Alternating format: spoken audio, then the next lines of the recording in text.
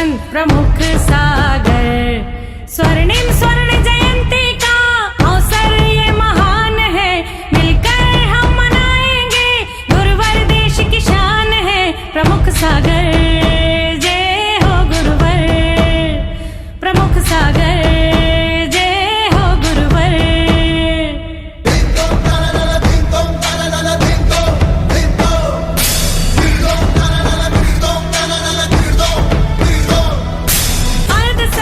यस्य स्वयं से भावाप्ते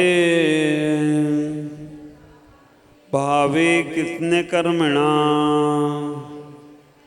तस्मै सज्ञान रूपाय नमोस्तु परमात्मने, नमोस्तु परमात्मने,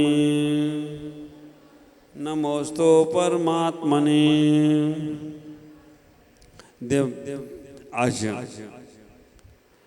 हमारी चर्चा आपसे आज इस श्लोक नंबर 23 के संबंध में होगी। बहुत प्यारा सा श्लोक है 23 नंबर का। 23 नंबर के श्लोक में आचार्य पूज्य स्वामी क्या कहना चाहते हैं, हम सबकी बातें उनको पता है कि हम ज्ञानी हैं या अज्ञानी हैं, हमारी रुचि धर्म में है या अधर्म में है, हमारे अंदर क्या भाव दशा चल रही है, ये आचार्य पूज्य स्वामी को मालूम है। तो उन्होंने उस गाथा के अंदर वो बात कहने का प्रयास किया, अज्ञानोपास्तिर्ज्ञानम्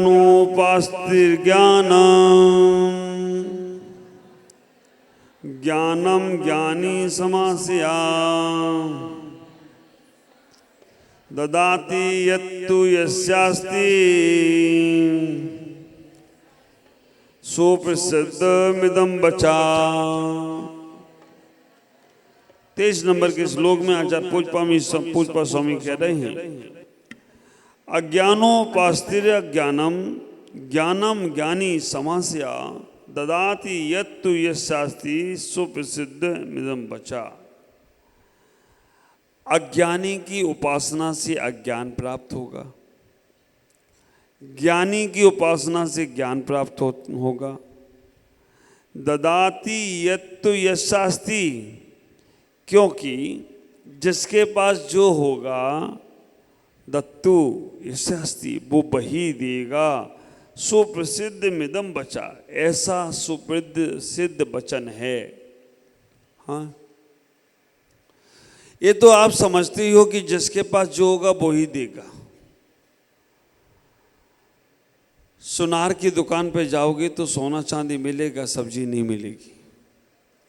और सब्जी वाले पे जाओगे तो क्या मिलेगा, सब्जी ही मिलेगी, सोना चांदी नहीं मिलेगा। जिसके पास जो होगा वो वही देने वाला है। हम किसकी उपासना करते हैं, हम किसके पास जाकर अपने जीवन के दुखड़े को रोते हैं, हम किससे अपने जीवन की कामना करते हैं, ये हमें सोचना है।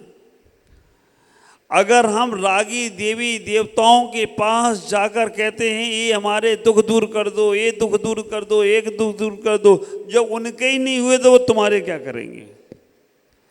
और जब हम बीतरागी के पास जाकर कहते हैं भगवान हमारे दुख दूर कर दो, तो क्या होगा, वो कहेंगे चिंता ना करो बेटा, मेरे तो हो ही गए, मेरी उपासना करते रहो, तुम्हारे भी दुख दूर हो जाए तो कोई आश्चर्य की बात नहीं है। ख्याल करना, अगर आप रो रहे हो और कोई व्यक्ति दूसरा भी रो रहा है तो उससे क्या कहोगे, मुझे चुप करा दो, वो कराएगा। वो कहेगा यार मैं ही रो रहा हूँ तो तुम्हें चुप कहाँ से कराऊंगा। आप रोते हुए व्यक्ति के पास जाओगे, रोने वाला व्यक्ति, तो उसके, आप बीमार हो और किसी बीमार के पास चले जाओ कि भैया मेरी बीमारी, वो कि मैं खुद ही बीमार हूँ। अब जैसे मेरे पास लोग आते हैं, महाराज मेरी शादी नहीं हुई, मेरी नहीं हुई तो तुम्हारी कहाँ से कराऊंगा। आप विचार करके रखना, जो जिसके पास है ही नहीं उनका कदम क्या करना है, उनके पास जाना ही नहीं उस चीज के लिए। तो इतना ही विचार करके रखो, तुम जिनके पास जाओगे वो वहां से वो ही प्राप्त होगा। तो चुनाव तुम्हें सौंप दिया, माँ पुण्य से मिलती है, पत्नी चुनाव से मिलती है। पति को भी चुनाव करते हैं क्या? हाँ, चुनाव है ना, स्वयंवर होता था, स्वयंवर में चुनाव ही करते थे, हमारे अनुरूप जो होगा उससे हम। तो आप विचार करके रखो, इतना ही सोचने का प्रयास करो। आप अपने जीवन का चुनाव करें, आप अपने जीवन का निर्णय करें, आप अपने जीवन को समझने का प्रयास करें कि हमें कैसा जीवन बनाना है।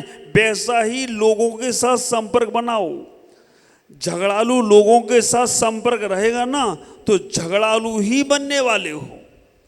अगर तुम्हारे कोई झगड़ालू लोग हैं, आसपास के लोग झगड़ालू हैं, आपके अंदर कितने भी शांत रहो, कितने भी शांत रहो, लेकिन वो झगड़ालू लोग तुम्हें झगड़ा वाला बना ही देंगे। ख्याल करो, इतना ही विचार करके रखना जीवन में तुम्हें अपने आप को कैसा बनाना है। हम दूसरे की बात नहीं कर रहे, यहाँ पर आचार अपने तक लौटा रहे हैं, क्योंकि वो कह रहे हैं 22 श्लोक तक हम पहुँच गए हैं, 23वें श्लोक में आ गए हैं, अब कब तुम लौटोगे? बाहर की दुनिया से संबंध खत्म करना है, अब अपने आप को तुम्हें कैसा बनाना है। अच्छा बनाने के लिए किसके पास जाओगे? अच्छे आदमी के पास या बुरे आदमी के पास? और बुरा बनने के लिए किसके पास जाओगे? ये तो सब मालूम है ना। तो आप विचार करना, आचार्य यहाँ यही कहने का प्रयास कर रहे हैं, अच्छा बनना है तो अच्छे के पास चले जाओ, और बुरा बनना है तो बुरे के पास चले जाओ। और तो और आचार्य ने यहाँ तक कह दिया है कि जिसके पास जो होगा, अगर तुम कंकड़ पत्थरों के पास जाओगे तो कंकड़ पत्थर ही मिलेंगे, और हीरे मोती के पास जाओगे तो हीरे मोती मिलेंगे।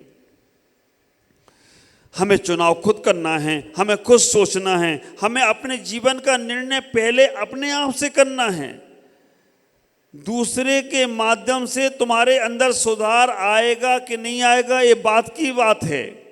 पहले हमें स्वयं सोचना है हमें बनना क्या है। लक्ष्य तो स्वयं बनाना पड़ेगा। जब तक तुमने अपने अंदर लक्ष्य नहीं बनाया तब तक तुम मंजिल नहीं पा सकते हो। कब तक दूसरे के कहने से तुम मंजिलों का निर्णय करोगे? कुछ मंजिल तो अपने आप भी बनाओ, कुछ अपने आप भी तो सोचो कि तुम्हें अपना जीवन जीना कैसे है। स्कूल में बच्चे जाए ना, शैतान बच्चा भी स्कूल में जाए, बहुत अच्छे स्कूल में नाम लिखाना, बिल्कुल ऐसे स्कूल में जहाँ बच्चे सब संस्कारित पढ़ते हों, और शैतान बच्चे को रख दो उसमें। और उसे अगर शैतानी करना है तो उन बच्चों में भी शैतान बच्चा ढूंढ लेगा, और नहीं होगा तो उसे किसी न किसी को शैतान बना ही देगा। अब ख्याल करना, हमें तो तब आश्चर्य होता है कि आत्म कल्याण करने वाले लोग भी पहले तो वो खुद नहीं सुधरते, और दूसरा सुधरा हो उसे भी बिगाड़ देंगे। धर्म करने आए कोई, उसे कहाँ धर्म कर्म में लगी हो तुम, तो जी पकड़ो मोबाइल और काम करो अपना। आप विचार करके रखना, वो भी आदमी अपने आप के जीवन को ना तो सुधार पा रहा है, ना लगा पा रहा है, ना अच्छा कर पा रहा है, उसने यहाँ पे भी आकर शैतानी शुरू कर रखी है। मोक्ष मार्ग में आकर पाप कितना बंद कर रहे हो ये सोच नहीं पा रहे हैं। वैसा ही माहौल बना दिया जैसे घरों में रहते थे, वैसा ही माहौल बना दिया जैसे व्यापार बाजार में करते थे, वैसा ही माहौल बना लिया है अपना जीवन का, और दूसरे के भी जीवन का बना दिया। ख्याल करो, अच्छे स्कूल में जाने से बच्चे अच्छे नहीं होते हैं। बच्चे अच्छे हो जाएं तो शैतान स्कूल में जाने के बाद भी अच्छे हो जाएं तो कोई आश्चर्य की बात नहीं है। ये बात का ख्याल करके रखना। मंदिर आने के बाद सब धर्मात्मा हो जाते हो? हाँ, धर्म जिसके अंदर होता है ना, तो मंदिर में रहे या घर में रहे, वो धर्मात्मा अपने आप हो जाता है। इतना विचार करना। मंदिर तो हम इसलिए आ रहे हैं क्योंकि हमें भगवान जैसा स्वरूप पाना है, वो हमारे घर में नहीं है। सबसे पहले अपना निर्णय करो कि तुम्हें बनना क्या है, और अगर तुम्हारे अंदर अच्छी भावनाएं हैं तो बुरे से बुरे व्यक्ति में भी अच्छापन आप लाना का प्रयास कर सकते हो, और वो ना ला पाए तो कोई बात नहीं, कम से कम हम अपना तो सुधार करेंगे। अज्ञानी की उपासना से अज्ञान मिलता है और ज्ञानी की उपासना से ज्ञान मिलता है। ख्याल करके रखना, जिसके पास जो होगा वो ही ददाति यत्तु यस्यास्ति, वो वही देने वाला है। हम निर्णय अपना खुद करें। हम अगर रागी देवी देवी देवताओं को मानेंगे तो रागी द्वेषी ही बनने वाले हैं। हम वीतरागता की उपासना करेंगे तो वीतरागता को पाने वाले हैं। हमें इतना ही विचार करके रखना, एक ज्ञान होता है किताबी और एक ज्ञान होता है अनुभवी। दोनों ज्ञान में से कौन सा महत्वपूर्ण समझते हो? किताब का ज्ञान और अनुभव का ज्ञान।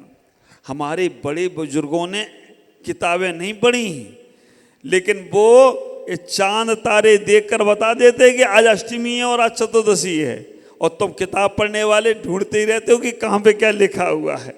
हमारे बड़े बुजुर्गों ने कोई स्कूल कॉलेज में नहीं गए कि आत्मकल्याण कैसे करना है, लेकिन उनने जैसे ही देखा, अपने साधुओं को देखा, भगवंतों को देखा, आत्मकल्याण में लग गई। और हम किताबों में ढूंढते जा रहे हैं कि कैसे आत्मकल्याण करना है। अनुभव का ज्ञान, सम्मेद शिखर का आपको यहाँ से ज्ञान हो जाए कि सम्मेद शिखर इतने इतने किलोमीटर पर है,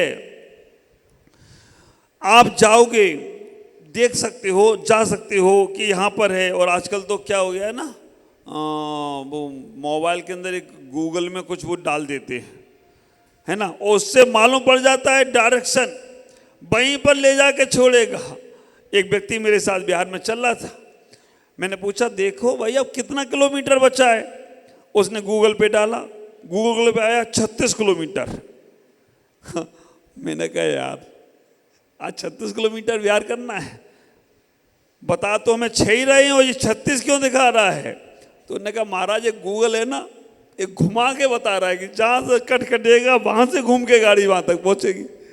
तो विचार करके रखना, जो किताबी ज्ञान होता है वो घुमा घुमा के तुम्हें पहुंचाएगा, और जो अनुभवी ज्ञान होता है ना, कोई सम्मेद से कर गया हो उससे पूछ लो कि भाई कितना कैसे जाना है, बताएगा फलानी गाड़ी में बैठो, इसरी पहुंचोगे, वहाँ से गाड़ी मिलेगी, ऐसे पहुंचोगे, वहाँ रुक जाना, ऐसे चढ़ जाना।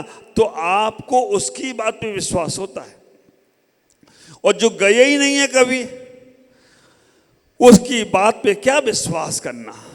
आप विचार करना, उसे खुद ही नहीं पता है तो वो क्या करेगा। इसलिए कहा कि ज्ञान को पुस्तकों से नापने का प्रयास मत करो। पुस्तकी ज्ञान पुस्तकों में ही रह जाएगा, दिमाग तक रह जाएगा, लेकिन जब अनुभवी ज्ञान के पास जाओगे ना, भले ही उसने पुस्तक नहीं पढ़ी हो। हमारे आचार्य हुए शिवकोटि महाराज, ज्ञान तो बहुत था, लेकिन तिल तुस मास भिन्नम करते करते करते करते तिल तुस मास भिन्नम करते करते वो अपने आत्म कल्याण में चले गए, और बड़े बड़े ज्ञानी, बड़े बड़े पाठी वहीं रह गए। इतना ही विचार करना। आज का जो श्लोक कहना चाहता है, आप अपने निर्णायक खुद बनो, आप अपने आप को समझने का प्रयास खुद करो, आप अपने आप को समझने का प्रयास और समझने के साथ साथ अपने जीवन को जिलाने का प्रयास करो। अगर कहीं तुम्हारी संगति गलत है, अगर तुम्हारा कहीं गलत लोगों से संपर्क बन गया है, अगर तुम्हारा कोई नकारात्मक व्यक्तियों से संपर्क बन गया है, कितनी भी अच्छे बनने की कोशिश करना, कितनी भी अच्छे बनने की कोशिश करना, कभी ना कभी तुम्हारी धारणाएं नकारात्मक हो जाएंगी।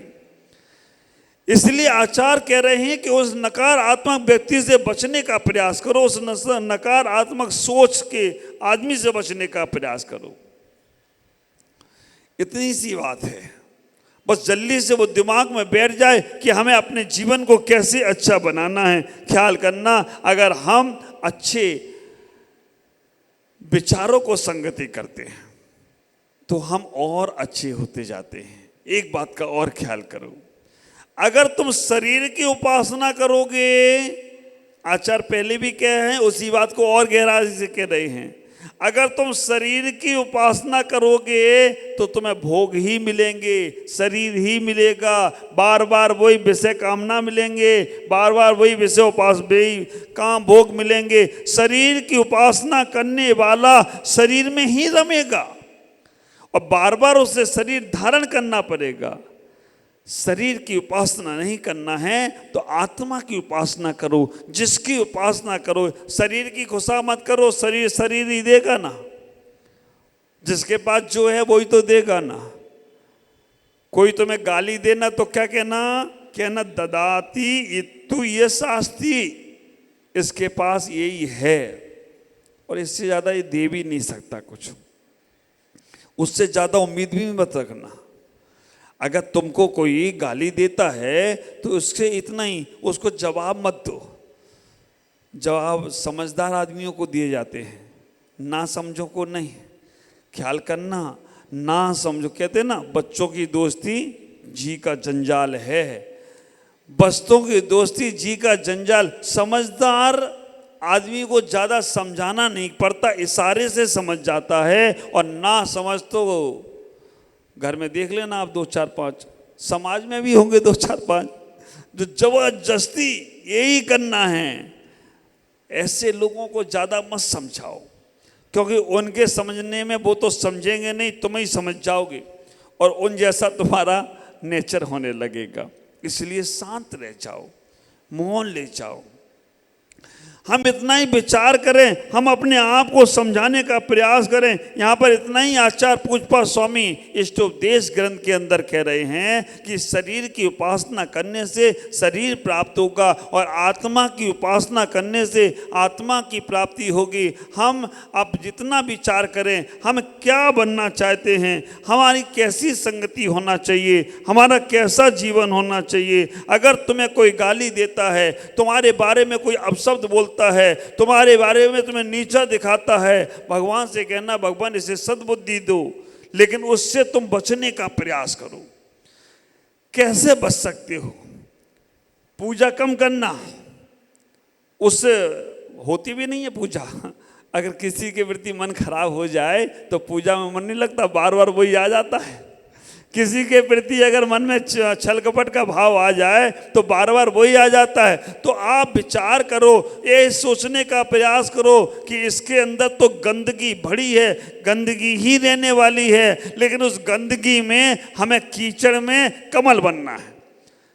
कीचड़ कभी कमल नहीं बना, लेकिन कमल कीचड़ में ही खिला।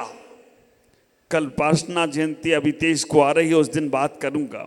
तो विचार करना, कीचड़ कभी कमल नहीं बना, लेकिन कमल कीचड़ में ही खिला है। तो हमें अपने जीवन को, अगर उन बुरे लोगों के साथ रह भी रहे हैं, बुराइयां नहीं छोड़ रहे हैं, कोई बात नहीं, उसमें कीचड़वत अपने आप को जलाने का प्रयास करो। लेकिन करें तो करें क्या? वो कीचड़ भी ऐसी उछाल मारता है कि वो तो फूल को नीचे गिराने की कोशिश करता है। कभी आपने सोचा आदमी कीचड़ से क्यों बचना चाहता है? रास्ते में कीचड़ पड़ी है, आदमी अपने पैर को सपाट कर बड़े बच के चलना चाहता कीचड़ से। कीचड़ क्या सोचता, देखा मुझसे डर गया है, इसलिए संभल के चलता है। उस नादान कीचड़ को ये नहीं मालूम तो उससे डरा नहीं है, तो उससे पंगा कौन ले फालतू का। तू तो गंदा है, तेरे साथ कुछ लेंगे तो तू मेरे को भी गंदा कर देगा। रास्ते से शेर जा रहा हो और गधा रेंक रहा हो, शेर जवाब नहीं देता है, देता है क्या? उसे मालूम इस गधे को जवाब देंगे तो ये गधा भी अपनी आवाज मेरे को ही सुनाएगा। गधे को गधे ही रहने दो, शेर अपने आप जाता है, चले जाने दो। इसलिए अज्ञानियों से उलझो मत और ज्ञानियों को छोड़ो मत। और ज्ञानियों को छोड़ोगे नहीं तो तुम एक दिन ज्ञान को समझ में नहीं आई, कोई बात नहीं, ज्ञानी के पास बैठो। चोर के पास बैठ गए ना तुम, भले तुम चोरी नहीं करो, वो कहेगा 60 गांठ होगी इसकी। शराबी के पास बैठ जाओ ना तुम, भले तुम शराब नहीं पियो हो, क्या कहा जाएगा? शराबी है, इसलिए इसके साथ इसका भी मामला गड़बड़ होगा। आज से ही निर्णय कर लेना, हम अच्छे लोगों के पास बैठें, बुरे लोगों के पास बैठकर अपना मन खराब नहीं करें। मुझे मालूम है ऐसे लोग हैं जिनकी मेरे प्रति बहुत श्रद्धा है, लेकिन वो बुरे लोगों के चक्कर में खुद भी बुरे हो रहे हैं। और खुद भी बुरे होकर अपनी श्रद्धाओं को तोड़ने का प्रयास कर रहे हैं। बुरा तो सुधरेगा नहीं, लेकिन तुम्हें बिगाड़ने का प्रयास करे उससे। और ऐसे भी लोग हैं जो मेरे बारे में इतना अच्छा सोचते हैं, मेरे बारे से मतलब देव शास्त्र गुरु के बारे में इतना अच्छा सोचते हैं, तुम गलत धारणा लेकर जाओ, तुम कहते नहीं ऐसा नहीं है, ऐसा नहीं है, ऐसा नहीं है, आप विचार करके रखना, ये बिल्कुल सही है। ऐसे लोग धर्मात्मा होते हैं, पुण्यात्मा होते हैं, अच्छे होते हैं, जो देव शास्त्र गुरु से तुम्हें जोड़ देते हैं, और जो देव शास्त्र गुरु से तुम्हें तोड़ देते हैं। तो विचार करके रखना, वो लोग धर्मात्मा हो नहीं सकते, धर्मात्मा हो नहीं सकते, और तुम्हें भी धर्मात्मा होने नहीं देंगे। हम अपने मन में विचार करके रख लें, जब कभी भी किसी के साथ जाएं, व्यापार करें। अब एक बात बताओ, आपको बिजनेस करना है और जो बिजनेस में फेल हो रहा है बार बार, नुकसान पे नुकसान, उससे सलाह लेने जाओगे, भैया मैं कैसे बिजनेस करूं? वो कहेगा यार मेरी ही नहीं चल रहा है, तेरा क्या मैं बताऊं। और उससे सलाह लेके बिजनेस करे भी तो तुम भी गड्ढे में ही जाओगे। लेकिन ना समझ लोग उन्हीं के पास बैठते जाके, उन्हीं से सलाह लेते, अब कैसे जीऊं, अब कैसे करूं। तुम्हारी ना समझी की। आप विचार करके रखना, ये लोग ना खुद तरेंगे ना दूसरे को तरने देंगे, ना खुद सफल होंगे ना दूसरे को सफल होने देंगे। ये लोग दुनिया के पाप लोग हैं, ये बोझ हैं, संसार में भी बोझ हैं, घर में भी बोझ हैं, परिवार में भी बोझ हैं, जो कुछ करते भी नहीं है और करने भी नहीं देते। ऐसे लोगों से बचो। हमारा स्वाध्याय ये हो, हमारे जीवन की सोच ये हो, जो लोग तुम्हें गलत धारणाओं से जोड़ रहे हैं ना, जो लोग तुम्हें गलत माध्यम से जोड़ रहे हैं ना, उनसे बचो। घर में रहो, अगर तुमसे कोई तुम्हारे परिवार की निंदा करता हो ना, ख्याल करना ये तुम्हें दुश्मन है, ये तुम्हें तुम्हारे परिवार से दूर करने वाला है। परिवार में जाओ तो विचार करके रखना, समाज में जाओ तुम्हें कोई समाज के व्यक्ति के प्रति भड़काता हो तो समझ के रखना ये तुम्हारा दुश्मन है, ये तुम्हें समाज से दूर कर देगा। मेरे इस संसार में हमारे बहुत से लोग आए जिन्होंने मंदिरों को तोड़ा, बहुत से लोग आए जिन्होंने मंदिरों पे कब्जा किया, लेकिन हम फिर भी आज तक जीवित हैं। क्यों? इसका रीजन क्या है? इसका कारण क्या है? इसका रीजन इतना ही है, उन्होंने मंदिर तोड़े, उन्होंने मंदिरों पे कब्जा किए, लेकिन उन्होंने हमारी ना श्रद्धा तोड़ पाए, ना हमारी श्रद्धाओं पे कब्जा कर पाए। तो हमने दोबारा मंदिर तैयार कर दिए हों, दोबारा भगवान बैठा दिए हों, तो कोई आश्चर्य की बात नहीं है। विचार करना, हमारी जिनवाणियों को ऐसा जलाया गया है ना, 6 महीने तक वो जिनवाणी जलती रही। इतने ग्रंथ थे हमारे पास, 6 महीने तक हमारी जिनवाणी जलती रही और धूं करती रही। उनने जिनवाणी को तो जलाया, लेकिन हमारी श्रद्धाओं को नहीं जलाया, हमारी आस्थाओं को नहीं जलाया। तो हमने दोबारा इतनी जिनवाणी तैयार कर ली कि जिनेंद्र की वाणी को जन जन तक पहुंचा दिया, श्रद्धाओं को नहीं जलाया। क्या हुआ? मुनिराज पे उपसर्ग नहीं हुए? ऐसे ऐसे उपसर्ग हुए हैं मुनिराजों पर। आप विचार करके रखना, मुनिराजों पर ऐसे ऐसे उपसर्ग हुए कि हम देख लें तो कहें कि क्यों ये महाराज बन गए। इन पे इतने उपसर्ग होते हैं, आप विचार करके रखना। और तो अतीत को तो छोड़ दो, वर्तमान में भी कम नहीं उपसर्ग हो गई।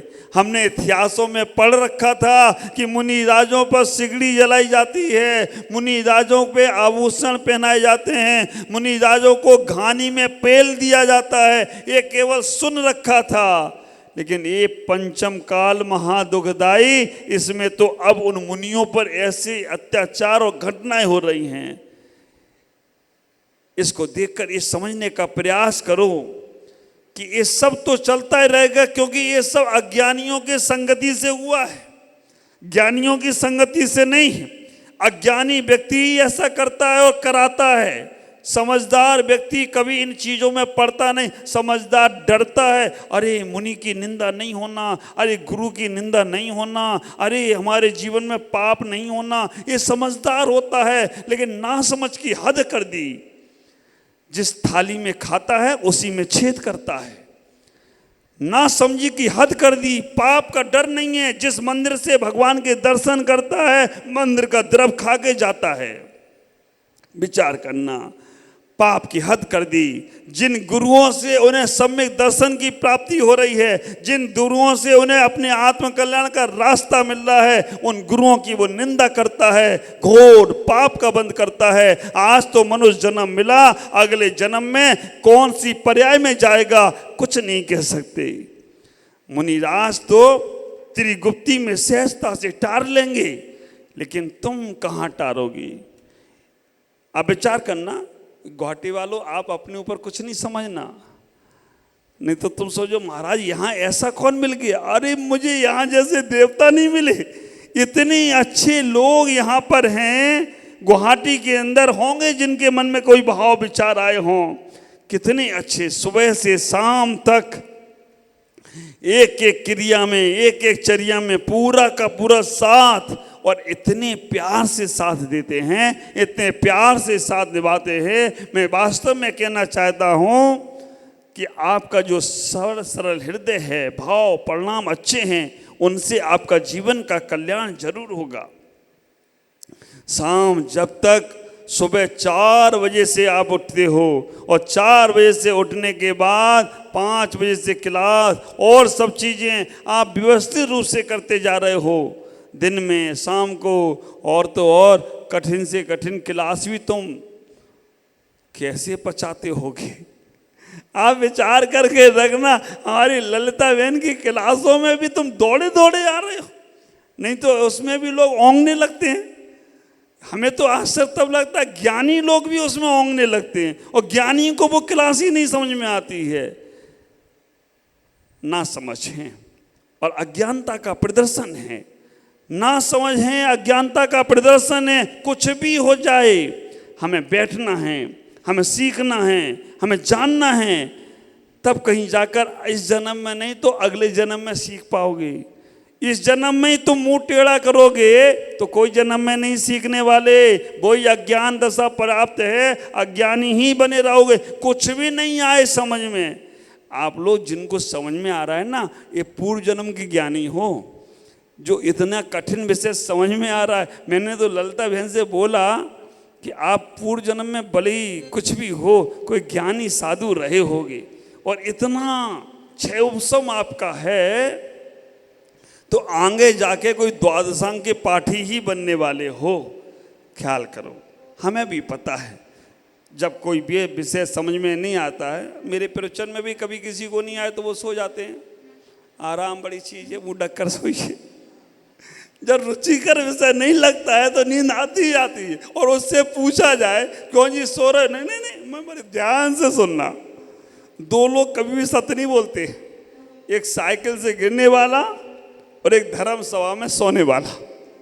आप विचार करके रखना, 2 लोग सत्य नहीं बोलते, एक साइकिल से गिरने वाला और एक धर्म सभा में सोने वाला।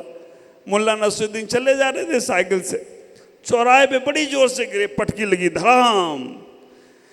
जैसे ही पटकी लगी, किसी ने बोला क्यों गिर गए क्या? मैं कहाँ गिरा, मेरे तो साइकिल से उतरने की स्टाइल ही है। आप विचार करना, मेरे तो साइकिल से उतरने की स्टाइल ही है। धर्म सभा में कोई सो जाए, उससे पूछ लेना, विश्वास से पूछना, आप क्यों सो गए क्या? नहीं, मैं तो ध्यान से सुन रहा हूँ, उपसम श्रेणी नहीं छपक श्रेणी मार रहा हूँ मैं धीमे से। आप विचार करके रखना, तुम सब उपसम श्रेणी वाले, हम तो छपक में जा रहे हैं। ख्याल करो, हम अपने जीवन को समझने का प्रयास करें।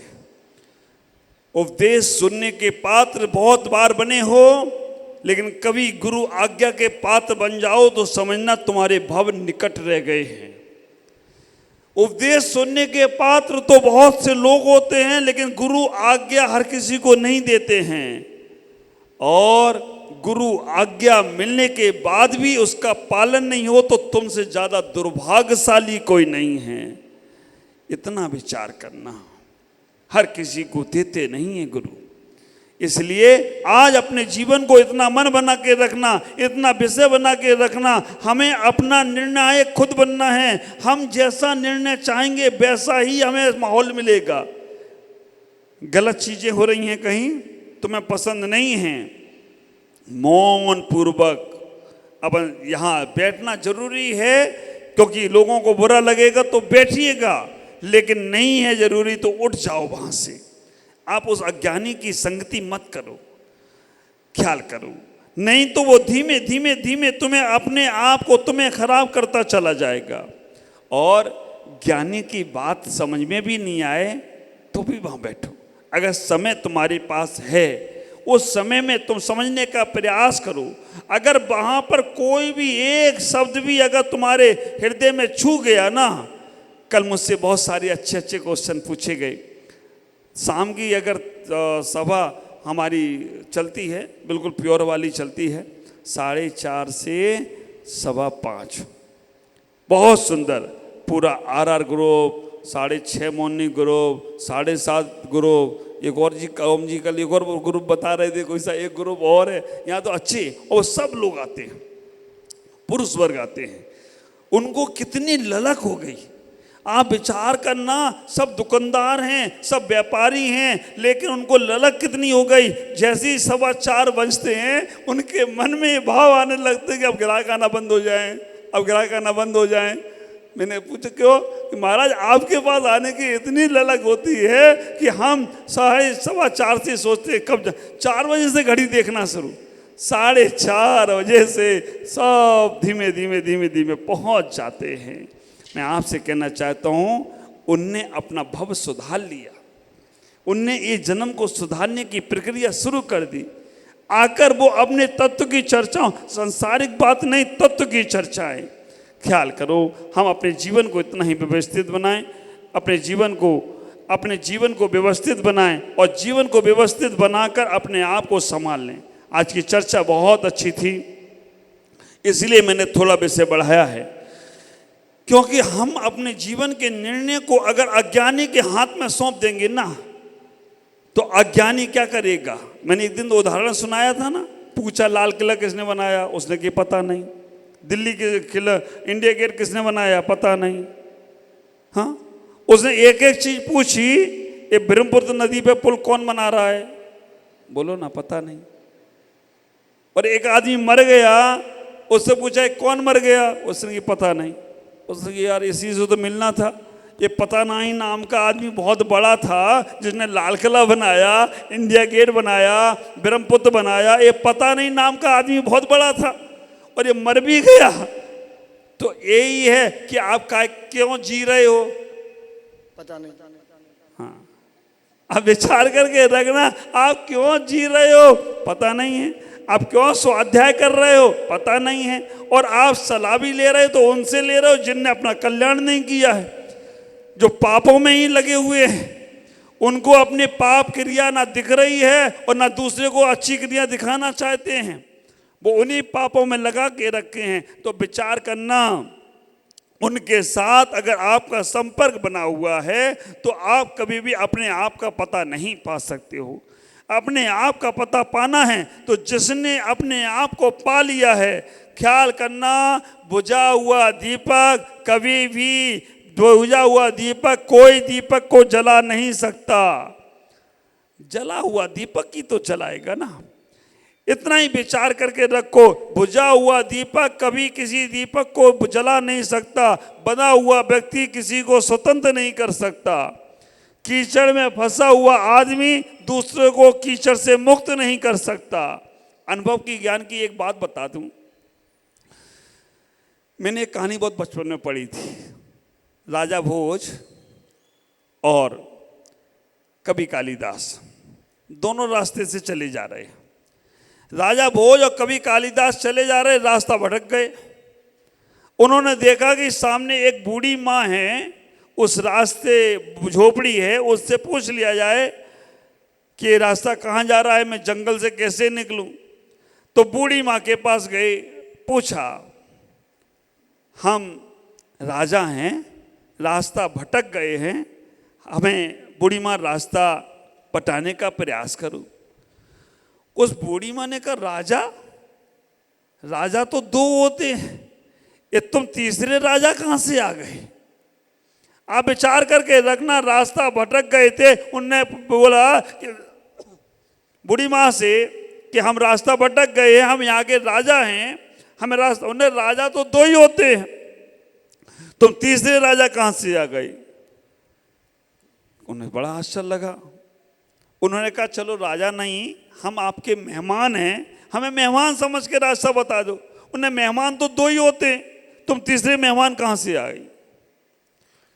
राजा ने कहा मरता क्या ना करता। राजा ने कहा कोई बात नहीं, हम पथिक हैं, पथिक समझ के रास्ता बता दो। उन्होंने कहा पथिक तो दो ही होते हैं, तुम तीसरे पथिक कहां से आए?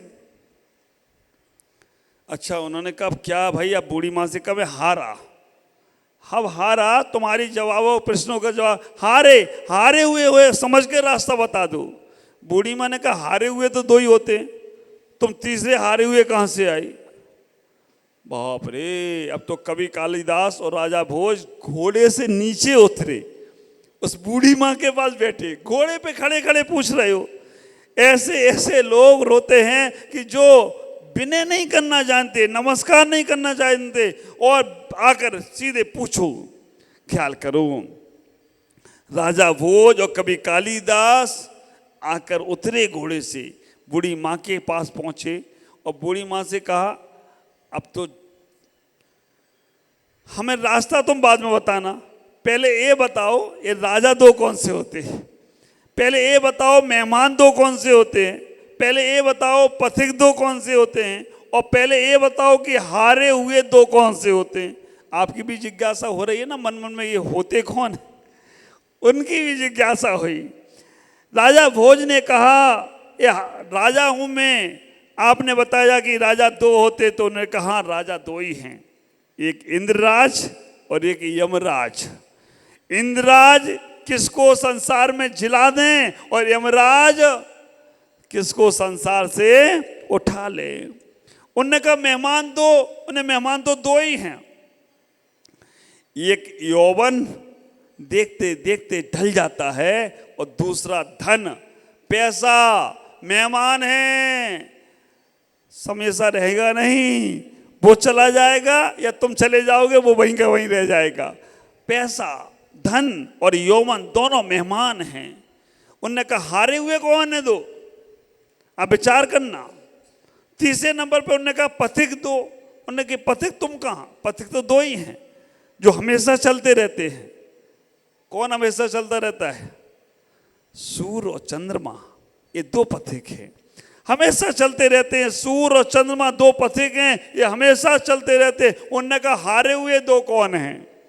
उन्होंने कहा हारे हुए तो दो ही हैं संसार में, एक कर्जदार जीवन भर कर्ज चुकाता रहेगा, चक्रवर्ती ब्याज पे ब्याज चुकाता रहेगा, हारा हुआ है, और दूसरा लड़की का बाप। आप विचार करना, उसे देना ही है, पूरे जीवन देना है उसे, उसका निकालना है। जो उसके घर में शादी होती है ना बेटी की, जमाई जी आ जाए ना तो हर बार थाली में से लेकर जाते, हर बार बेटी का चाहिए। यही तो हारे हुए हैं, इनको सब नौछावर। मेरे गुरुदेव एक सुनाते हैं कि उनके सर घर में टीचर के घर में एक लड़की का जन्म हुआ, तो 85 कॉलेज की लाइफ की। उनने पूछा क्या हुआ सर, आया आप कॉलेज नहीं आए? उनने कहा चोरी हो गई। क्या क्या सामान चोरी चला गया? सोफा सेट चला गया, फ्रिज चली गई, अलमारी चली गई, टीवी चली गई, सब चला गया। घर पे आए, देखा तो सब कुछ था। पूछा सर आपने बोला चोरी चला गया? उन्होंने कहा मेरे घर में लड़की का जन्म हुआ ना, अभी सब चला गया, मेरा जो भी है वो सब जाने वाला है, क्योंकि अब मैंने कमाया, सब इसके लिए कमाना है। ख्याल करना, आज इतना ही कहूँगा। आप अपने जीवन में ज्ञानियों की, अच्छे लोगों की संगति करें, वो आपके निर्णायक बने। जिसके अंदर अच्छे भाव नहीं हैं, मौन पूर्वक वहां से उठ जाओ। जिसके अंदर भाव हमेशा चुपा छोरी के चल रहे, कान में बात करते हैं ना, समझ के रखना। हाँ, कोई लोग कान में बात इसलिए भी करते हैं शालीनता के साथ कि सबको मालूम ना पड़े, अच्छी बात करते, लेकिन निंदा की बात कोई करने आए तो उससे बचने का प्रयास करना। मैं आपसे आज इतना ही कहकर अपनी बात को पूर्ण करूंगा। आज मैंने आपके 40 मिनट ले लिए। संभावित, क्योंकि ये हमारा भोजन है। ये पूजा पाठ में हमें रस नहीं है। पूजा पाठ तुम करो या ना करो, जैसा भी है, हमें ज़्यादा रस नहीं। हमें है ज्ञान, प्रवचन और क्लास। ये जो हमारा मेन भोजन है, इसमें हमारा समय मत काटो। 40 मिनट हमें चाहिए अब कल से, रोज मैं चाहिए और चाहिए। हम तुम्हें पूजा पाठ करते रहो, जीवन भर करो। मैं 40 मिनट का समय लूँगा और उसके आनंद को आपको देने का प्रयास करूँगा, क्योंकि चातुर्मास में ये लाभ होता है, बाकी के समय में नहीं होता है। ओम नमः जय गुरुदेव।